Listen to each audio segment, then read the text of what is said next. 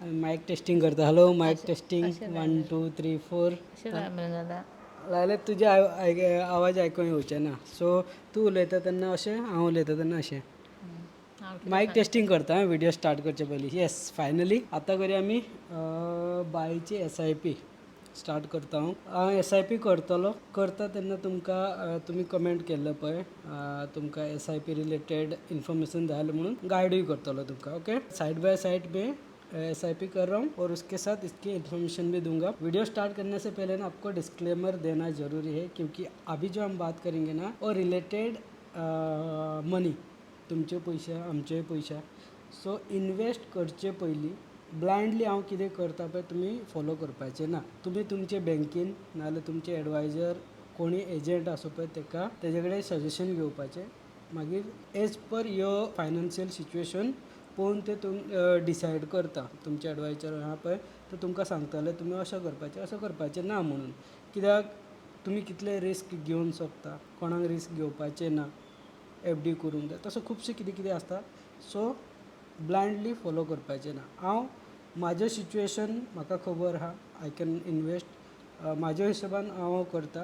तुमकां बेश्टो कित्याक दाखयता, लास्ट विडियोचेर केन्ना आमी आदीचे SIP केल्ले पळय तेन्ना बेश्टे विडियोचेर अशें घातलेलें तेजे इन्वेस्टमेंट जर्नी स्टार्ट करता म्हणून बेश्टें घातलेलें. तितून तुमी कमेंट केला आमकांय सांग म्हणून कशें कितें इन्वेस्ट करप, कितें तें SIP. आय थिंक मॅक्सिमम लोकांक खबर आसतलें SIP कितें तें. म्युच्युअल फंडान इन्वेस्टमेंट जाता. एवरी मंथ तुमी थोडे थोडे अमावंट घालून इन्वेस्ट करूंक शकता. खुबशे लोकांक खबर आसतलो.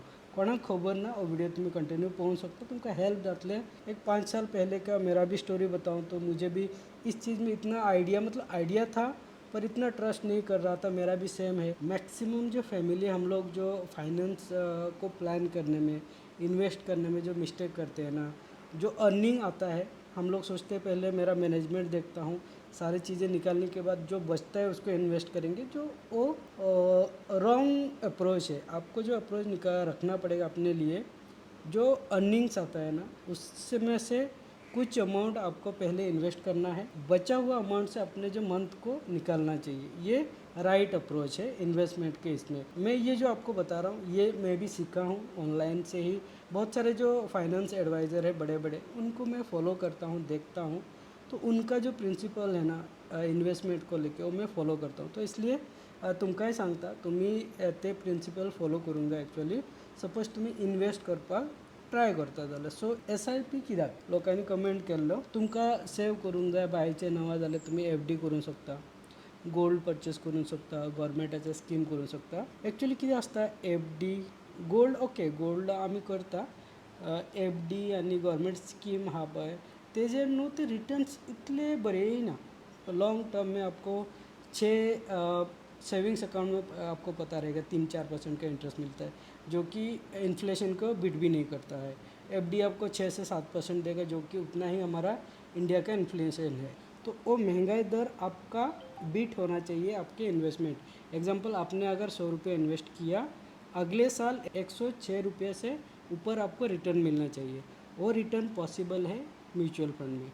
म्यूचुअल फंड का जो एवरेज अभी तक का जो मार्केट हिस्ट्री आप अगर चेक करोगे तो 12% से लेके 14% के बीच में इंटरेस्ट दिया है, जो रिटर्न्स दिया है. तो अगर उसमें से 6% प्लस कुछ GST VST कट किया, 6 से 8% भी कट हुआ, तो बाकी का जो अमाउंट आपको अच्छा खासा अमाउंट मिलता है, जो कि लॉन्ग टर्म में आप अगर 10 साल 15 साल 20 साल के लिए करोगे तो आपको अच्छा रिटर्न्स मिलेगा. माझं सजेशन असतलो भुरग्याक लागून इन्वेस्टमेंट प्लॅनाक एक ऑप्शन SIP करूंकूच जाय.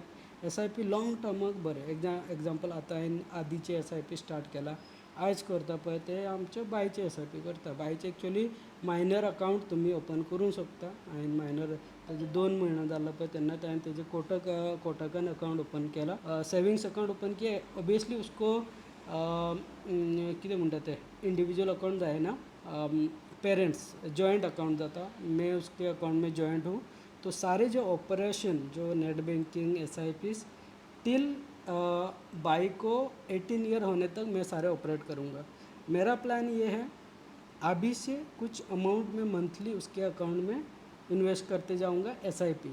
जब वो 18 साल की हो जाएगी बेबी, तब मैं क्या करूँगा, मुझे जो है मैं एज ए पेरेंट्स अभी उसके अकाउंट में हूँ, मैं वहाँ से विड्रॉ हो जाऊँगा। मैं वो अपना केवाईसी सबमिट करेगी, पैन कार्ड आधार कार्ड सबमिट किया तो वो प्राइमरी अकाउंट होल्डर हो जाएगी बेबी, और अपना अकाउंट वो खुद ऑपरेट करेगी। मैं वहाँ से निकल जाऊँगा। तो मैं निकल गया, जो ये जो इन्वेस्टमेंट है वो कंटिन्यू रहेगा उसके अकाउंट से, वो ब्रेक नहीं होगा। जो कि उसको कंपाउंडिंग इफेक्ट जो होता है ना, कंपाउंडिंग इफेक्ट 1 से 2, 2 से 4, 4 से 8 ऐसा कंपाउंडिंग इफेक्ट होता है म्यूचुअल फंड में। वो इफेक्ट उसको फ़ायदा मिलेगा, क्योंकि मैं बीच में उसका एसआईपी ब्रेक नहीं करूँगा। उसको प्रॉपर जैसे जैसे बड़ी होगी मैं उसको गाइड करता रहूँगा कैसे करना है नहीं करना है। सो ये इफ़ेक्ट की वजह से मैंने अभी एक्चुअली मुझे चाहिए तो मैं मतलब मेरे अकाउंट में उसके नाम पे डिपॉजिट कर सकता था, पर प्रॉब्लम क्या हो जाएगा, अगर मैं कल को कुछ हुआ, मुझे मैं कुछ हुआ तो मेरा अकाउंट स्टॉप करना पड़ेगा, वो विड्रॉ करना पड़ेगा, फिर उसके अकाउंट में फिर से उसको स्टार्ट करना पड़ेगा, जो कि कंपाउंडिंग इफेक्ट में ना ये आएगा, ब्रेक आएगा। जब मैं स्टॉप करूँगा वहाँ से पैसा कंपाउंड जो होने वाला था वो बंद हो जाएगा। और म्यूचुअल फंड में लॉन्ग टर्म में आफ्टर 10 ईयर 10 साल के बाद आपके रियल जो कंपाउंडिंग इफेक्ट है ना ये स्टार्ट होता है। आपको पता नहीं चलेगा, स्टार्टिंग 5 ते 10 वर्ष तुमका कळपाना तुमचे कितले पैसे कंपाउंड जाता, कितले इंटरेस्ट, कितले एक्स्ट्रा अर्निंग जाता तुमका, कितले कितें म्हणटा तें कंपाउंड जावन कितले एक्स्ट्रा पयशे गावता ते तुमकां इतले इफेक्ट कळपाना। आफ्टर 10 ईयर तुमकां एक्चुअली दिसता पयशे। सो ते तुमी सपोज नेट बँकिंग बीन यूज करता, ऑनलायन तुमकां आयडिया आहा जाल्यार तुमी वचोन गुगलान टायप करा, एक फेमस येता। आतां हांव थोडे न्हू कंपनीचें नांव बी हांव घेतलो, खंयच्यो कंपनीक हांव प्रमोट करिना, हांव यूज करता ते तुमकां एग्जाम्पल के तौर में आप लोगों को बता रहा हूँ। उसको ब्लाइंडली जाके मत खरीद लेना प्लीज़, ये मेरा सजेशन रहेगा। एक ग्रो करके एक ऐप है, आप गूगल में भी सर्च करोगे तो ग्रो का एक एसआईपी कैलकुलेटर करके एक फर्स्ट पेज में आपको दिखाता है। वहाँ पे जाके आप टाइप करो, अगर मैं मंथली 1000 रुपीज़ इन्वेस्ट करता हूँ 10 साल के लिए, और उसका अगर जो इंटरेस्ट होता है रिटर्न वो मुझे अगर 12% के हिसाब से मिलता है तो मेरा कितना इन्वेस्टमेंट है और कितना मुझे रिटर्न्स आ रहा है वो पूरा कैलकुलेशन आपको बताता है। और जैसे जैसे आप बढ़ोगे 10 साल के बाद 15 साल करोगे, 20 साल करोगे, वो पैसा ऑटोमेटिक 3 गुना 4 गुना ऐसे बढ़ के कंपाउंड होके आता है। सो ते खातीर म्युच्युअल फंड इन्वेस्टमेंट रिस्क आसा ऑब्वियसली, कित्याक वो पैसा कहाँ जाता है ये मेन इम्पॉर्टंट है। तुम्ही फर्स्ट टायमर सपोज तुमका स्टॉक मार्केट रिलेटेड आयडिया ना जाल्यार वो पयशे इन्वेस्ट जाता पळय म्युच्युअल फंडाचे तुमी कितले घालता पळय, एक्चुअली आपके पास 2 ऑप्शंस हैं। एक तो आप स्टॉक मार्केट में डायरेक्ट इन्वेस्ट कर सकते हो, या फिर आप through mutual fund stock market में इन्वेस्ट करते हो। सो एग्जांपल, मुझे स्टॉक मार्केट का आइडिया है, मैं जाके डायरेक्ट रिलायंस का शेयर्स परचेस कर सकता हूँ, टाटा का शेयर्स परचेस कर सकता हूँ, पर सरिता को ये आइडिया नहीं है। तो सरिता के लिए बेस्ट क्या है, म्यूचुअल फंड है। वो क्या करेगी, मुझे सैलरी आया महीने में 5 तारीख को, सैलरी जैसे आया मैं क्या करूँगा, उसमें से 5000 निकाल के मैं म्यूचुअल फंड में डाल देता हूँ। वो 5000 कहाँ जाता है, एग्जांपल में HDFC का म्यूचुअल फंड लिया है, HDFC as a AMC asset management company, उसको मैं अगर पैसा दिया तो HDFC में एक फंड मॅनेजर होता है, एक मनीस आसता, तो तुमचे फंड खुबशे लोकांचे अशे कोण कोण इन्वेस्ट करता पळय ते फंड मैनेजर कितें करतलो, आप कौन से फंड में इन्वेस्ट करना चाहते हो, आपने जो सिलेक्ट किया रहेगा वहाँ पे वो पैसा एलोकेट करता है, वो पूरा मैनेज करता है आपका पैसा को, कब इन्वेस्ट करना चाहिए, कब उसको विड्रॉ करना चाहिए, कितना रिटर्न, वो पूरा वो फंड मैनेजर के ऊपर सारी चीज़ें आपका डिपेंड रहता है। वो आपके लिए पूरा काम करता है, आपको एक एक स्टॉक पिक करने का ज़रूरत नहीं पड़ता है, ये आपको फ़ायदा होता है। इसलिए म्यूचुअल फंड फर्स्ट टाइमर जो इन्वेस्ट करना चाहते हैं उनके लिए बेस्ट है फॉर लॉन्ग टर्म। हाँ, रिस्क है जब मार्केट करेक्ट होता है, जब मार्केट स्टॉक मार्केट में करेक्शन आता है, क्रैश होता है। क्रैश क्यों होता है, काफ़ी सारे बैड न्यूज़ आ गया, इलेक्शन का रिजल्ट ऊपर नीचे हो गया तो मार्केट ऊपर नीचे होता है, मार्केट करेक्शन होता है, क्रैश होता है, उस टाइम पे आपका पोर्टफोलियो थोड़ा नीचे जाएगा।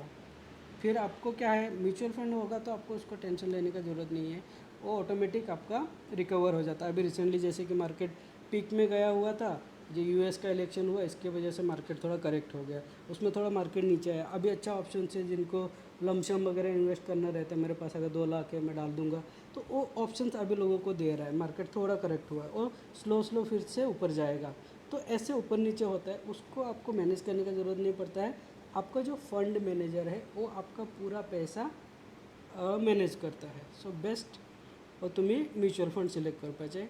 मार्केट रिस्क आसता, परत परत हांव रिपीट करता, मार्केट रिस्क कित्याक तुम्ही इन्वेस्ट करचे पयलीं सपोज तुम्ही रिस्क घेवन शकना, तुमकां रिस्क नाका जाल्यार बेस्ट तुम्ही एफडीच सिलेक्ट करपाचे। बैंक में जाओ, कहीं पे भी एफडी कर दो, सीनियर सिटीजन हो तो 7-7.5% का आपको इंटरेस्ट मिल जाता है। अगर नॉर्मल है, हमारे एज में हो या फिर ऐसे एज में हो तो आपको 6-6.5% का आपको एफडी इंटरेस्ट मिलता है, जो कि सेफ़ है। आपका पैसा सेफ रुकता है, जो पैसा आपने डाला उसके इंटरेस्ट लेके आप रख सकते हो। आपको थोड़ा हायर रिटर्न्स चाहिए तो उसके हिसाब से आपको इसमें जाना पड़ेगा। इसमें थोड़ा रिस्क भी है, पर लॉन्ग टर्म के हिसाब से देखोगे तो आपको रिटर्न अच्छा मिलेगा। बच्चों के लिए आप अगर इन्वेस्टमेंट का प्लान देख रहे हो, बहुत सारे लोगों का यहाँ पे ना मुझे एक कॉन्सेप्ट में नोटिस किया है। सरिता भी पहले बोलती थी, जब मैं इसको समझाया तो समझने लगी क्या होता है। पहले से मुझे जो एक आता था ना, हम लोग बच्चे के लिए गोल्ड परचेस करके रखेंगे।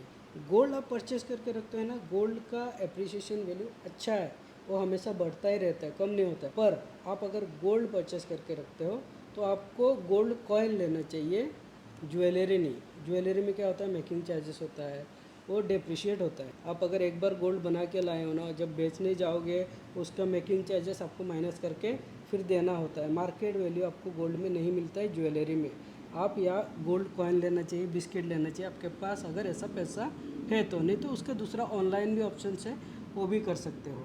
ठीक आहे, गोल्ड में अगर इन्वेस्ट करना आहे तो कोणाक कन्फ्युजन आलं पळय, बेबी आसा बाय आसा, सो तेजे खातीर तुम्ही गोल्ड आनी परचेस करून दवरूंक शकता। म्हारग जाता गोल्ड ऑब्वियसली।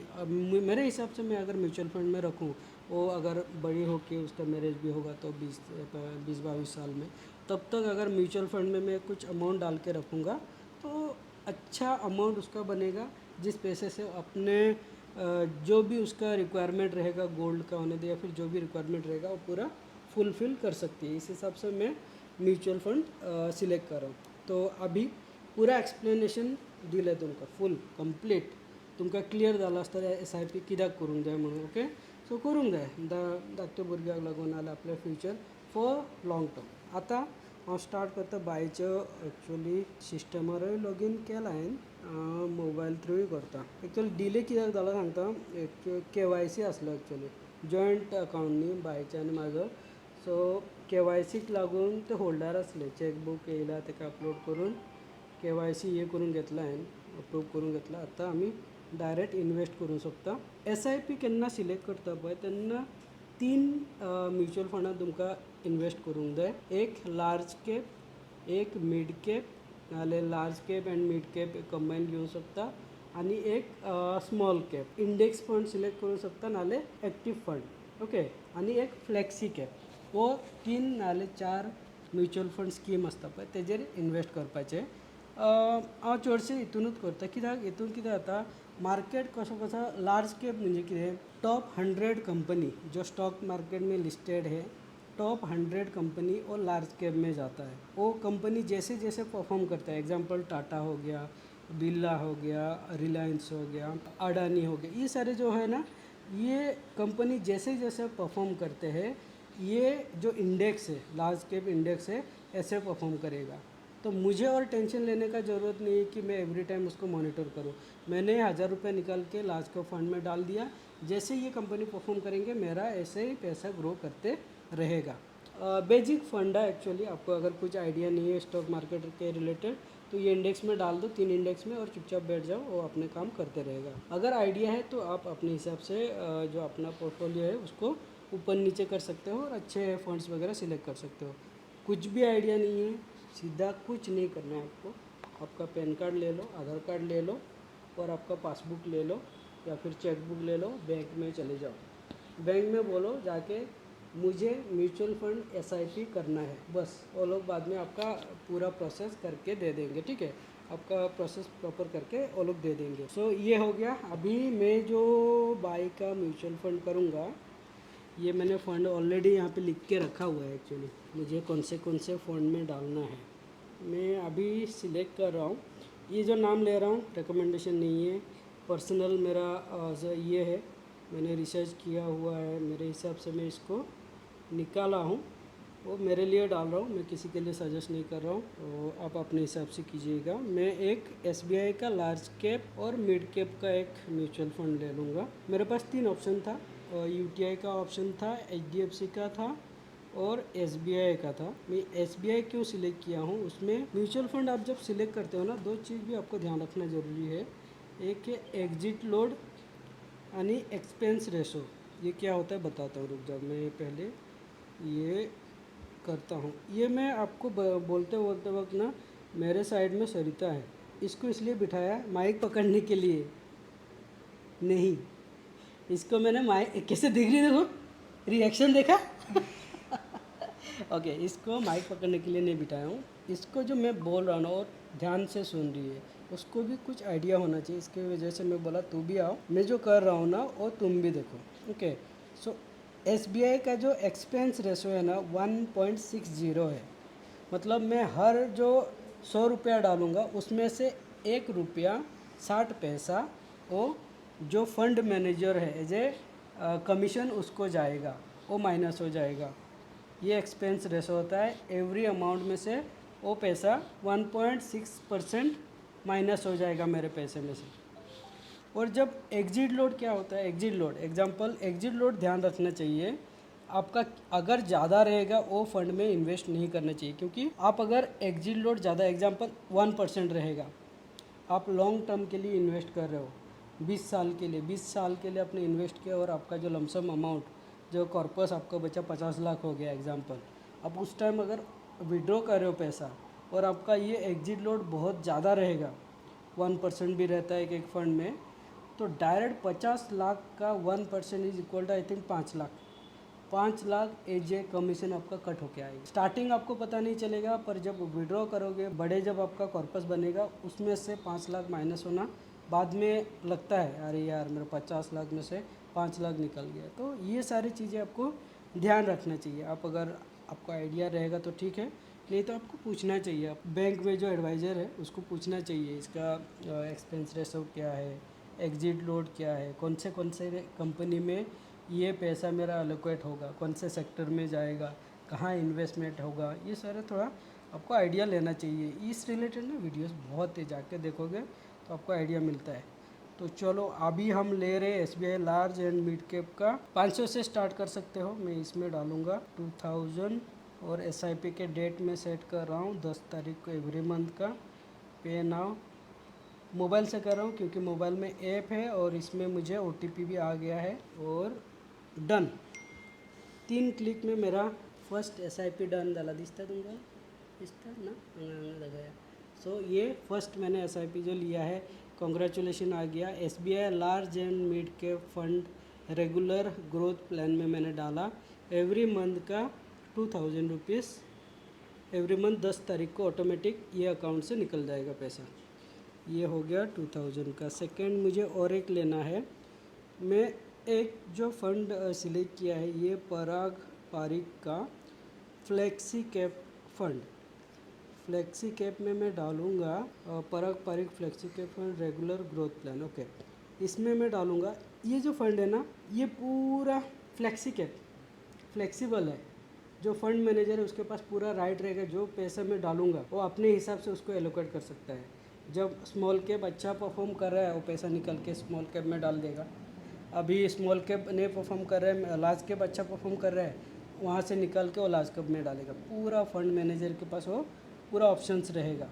तो इसके हिसाब से मैं फ्लेक्सी कैप एक रखूँगा इसके पोर्टफोलियो में, जो कि ये अमाउंट में 2000 का डालूँगा। सेम डेट को ही सिलेक्ट कर रहा हूँ मैं, 10 तारीख को ही सिलेक्ट करेंगे इसको भी।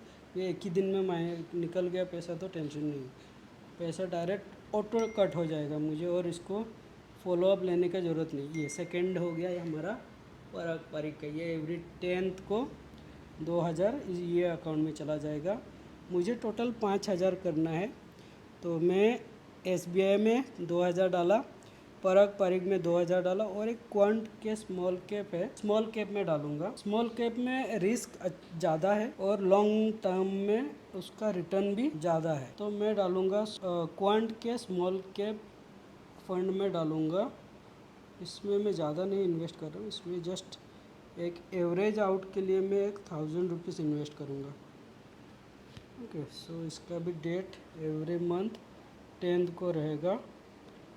SIP okay, done.